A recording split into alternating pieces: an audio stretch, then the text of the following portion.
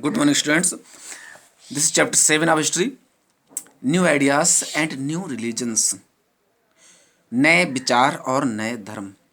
तो इस चैप्टर में हम जानेंगे किस तरह कास्टिज्म फैला हुआ था देश में और उस कास्टिज्म की वजह से कौन कौन से न्यू रिलीजन्स सामने आए। तो देखते हैं, यहाँ पर हम मेन पॉइंट को डिस्कस करेंगे। अ सोसाइटी और a culture never remains static. तो कोई भी सोसाइटी या कल्चर हमेशा एक जैसी नहीं रहती, इट कीप्स चेंजिंग, चेंज होती रहती है। तो देखते हैं, हिंदू कास्ट सिस्टम और वर्ण व्यवस्था divided Indian society in multiple lines. तो हिंदू कास्ट सिस्टम और वर्ण व्यवस्था ने इंडियन सोसाइटी को कई लाइनों में डिवाइड कर दिया था। Dominance of rituals to added a complexities. धार्मिक संस्कारों का ज़्यादा बाहुल्य था, रिचुअल्स, सो कॉम्प्लेक्सिटीज इसमें और बढ़ती गई।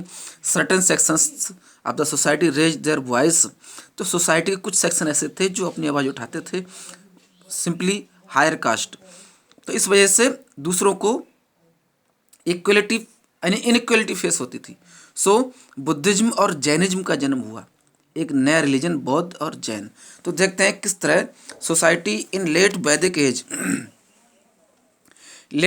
एज में सोसाइटी कैसी थी। Royal power increased, it means kings power increase. During this age the Aryan captured the fertile plains irrigated by Yamuna. तो यमुना, गंगा और सैडनरा के क्षेत्र जो थे आर्यन ने ले लिए थे। क्रॉस द विंध्यान ए सेटल इन दक्कन। तो ये दक्कन में सेटल हो गए, north of Godavari. The mahajanapada now expanded into large kingdoms. तो महाजनपद बड़े किंगडम्स में एक्सपेंड हुए।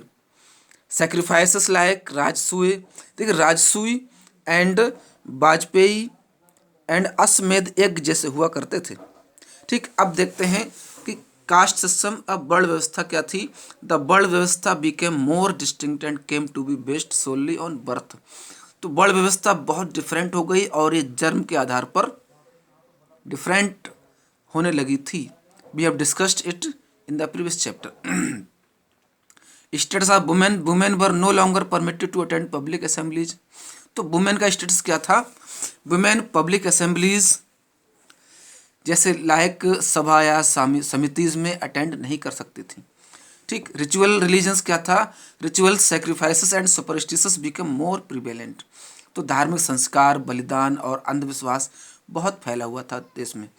आगे हम मेन पॉइंट को फिर बढ़ते हैं। Factors leading to emergence of new ideas and religion. तो नए आइडियाज और धर्म को आगे बढ़ाने वाले फैक्टर्स क्या थे। Caste system led to dissatisfaction among people. तो कास्ट सिस्टम ने पब्लिक में एक डिससेटिस्फैक्शन को बढ़ावा दिया था, यानी असंतुष्टि थी पब्लिक में कास्ट सिस्टम की वजह से। The Shudras were duty bonded to serve the other three caste classes. Shudra ऐसे लोग थे जो अदर थ्री क्लासेस की सेवा करते थे, वो इसके लिए बॉन्ड थे। इस तरह से क्षत्रिय, वैश्य और शूद्र के वर्ग कहाँ पड़ चुके हैं। नेक्स्ट पॉइंट था animal sacrifices create problem for the farmers. तो एनिमल सेक्रीफाइस, जानवरों की बलि देना फार्मर्स के लिए एक प्रॉब्लम क्रिएट करता था। एग्रीकल्चर ग्रोथ के साथ the farmers now needed animals like cows and bullocks more than before. तो फार्मर्स को काव और बुलक्स की जरूरत ज़्यादा पड़ने लगी थी। They did not favour their killings, उनके मारने के फेवर में वो नहीं होते थे। All the Vedic text, mantras and hymns were compose in Sanskrit. तो सभी तरह के वैदिक जो टेक्स्ट होता था, मंत्र और हिम्स जो जाप होता था, दोहे, वो संस्कृत में कंपोज हुए। People failed to understand such complex ideas. Sanskrit was the not the language of the masses. तो संस्कृत पब्लिक की भाषा नहीं थी। तो जानबूझ करके देखिए, जो हायर कैटेगरीज ने वैदिक टेक्स्ट जो था वो संस्कृत भाषा में लिखा था, जो आम आदमी नहीं समझ पाता था।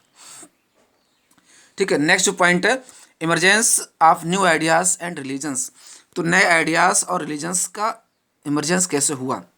तो पीरियड ऑफ 800 BC तो 200 BC by the formation of period later Hinduism, Jainism and Buddhism.